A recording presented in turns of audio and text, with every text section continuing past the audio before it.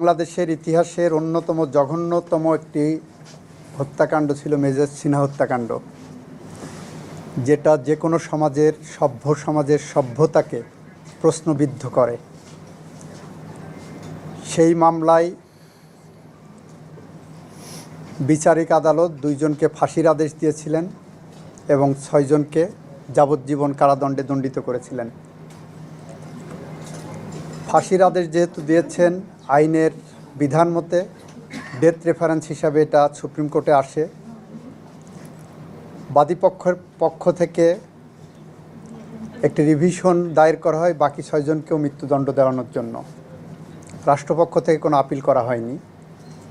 আসামিরা সবাই আপিল দায়ের করেছিলেন।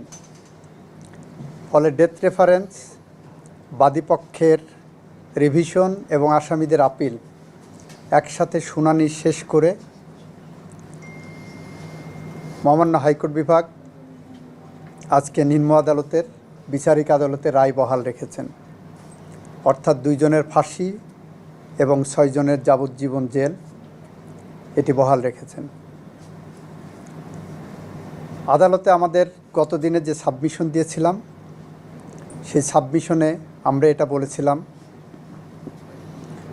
মেজর সিনহা তার জীবন দিয়ে আরও অগণিত মানুষের জীবন রক্ষা করে গেছে এই মানুষরূপী প্রদীপ লিয়াকতদের হাত থেকে। আমরা বলেছিলাম, মেজর সিনহার যদি ন্যায় বিচার না হয়, রাষ্ট্র যদি মেজর সিনহা হত্যাকাণ্ডের ন্যায় বিচার করতে ব্যর্থ হয়, তাহলে কবি হেলাল হাফিজের মতো আমরা তার ভাষায় উত্তর পুরুষের ভীরুকা পুরুষের উপমা হয়ে রয়ে যাব। আমরা বলেছিলাম, এই বিচার প্রক্রিয়ায় রাষ্ট্রপক্ষ এতটাই তৎপর যে আগামী প্রজন্মের জন্য, সুকান্তের ভাষায়, আগামী প্রজন্মের জন্য বাসযোগ্য করে গড়ে তুলে রাখার জন্য এই বিচারটা প্রয়োজন এবং এই শাস্তিটা বহাল রাখা প্রয়োজন। এখানে আপনাদের মাধ্যমে গোটা দেশবাসীকে জানাতে চাই, এই মামলায় আসামি পক্ষ একটি অ্যালিবাই নিয়েছিল। সেটা হলো মেজর সিনহা তাদেরকে গুলি করার জন্য উদ্যত হয়েছেন, সেই কারণে আত্মরক্ষার্থে লিয়াকত তাকে গুলি করে হত্যা করেছে। আমরা আদালতের সামনে দেখাতে সক্ষম হয়েছি 2টা জিনিস। নাম্বার 1, অ্যালিবাই যদি ধরে নেওয়া হয়, তাহলে তারা right of private defence exercise করেছেন। Right of private defence exercise করতে যেয়ে তাকে ডক্ট্রিন অফ প্রপোর্শনালিটি অ্যাপ্লাই করতে হবে। ডক্ট্রিন অফ প্রপোর্শনালিটি উদাহরণ দিতে যেয়ে বলেছি, কেউ যদি আমাকে লাঠি দিয়ে আঘাত করতে আসে, আমি তাকে ছুরি দিয়ে কাউন্টার করতে পারবো না। কেউ যদি আমাকে ছুরি দিয়ে আঘাত করে, আমি তাকে গুলি করতে পারবো না।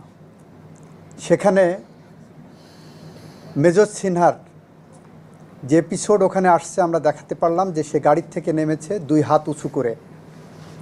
যখন 2 হাত উঁচু করে উনি নিচে আসেন, তার মানে উনি আত্মসমর্পণ করেছেন।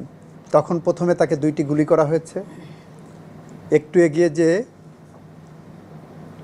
আরও 2টি গুলি করা হয়েছে, সেখানেই থেমে থাকেনি। লিয়াকত তার নিথর দেহে পা দিয়ে আঘাত করেছে। প্রদীপ এসে তার নলির উপরে বুটের আঘাতে মৃত্যু নিশ্চিত করেছে। এই নির্মম হত্যাকাণ্ডের বিচার যদি বাংলাদেশের মাটিতে আমরা না করতে পারি, তাহলে এই বাংলাদেশ তার সভ্যতার ইতিহাসে একটি প্রশ্নবোধক চিহ্ন হয়ে থাকবে। আমরা রাষ্ট্রের পক্ষ থেকে মনে করি আমরা আমাদের দায়িত্ব যথাযথভাবে পালন করতে পেরেছি। আমরা মনে করি মেজর সিনহা তার জীবন দিয়ে যত মানুষের জীবন রক্ষা করে গেছেন, তাদের প্রতিটি নিঃশ্বাস তার আত্মার শান্তি মাগফিরাত কামনা করবে।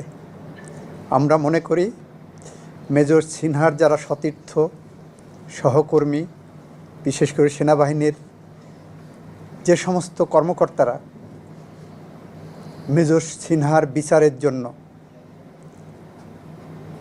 তাদের কণ্ঠ উচ্চারিত করেছিলেন, তারা আজকে একটু শান্তি পাবেন।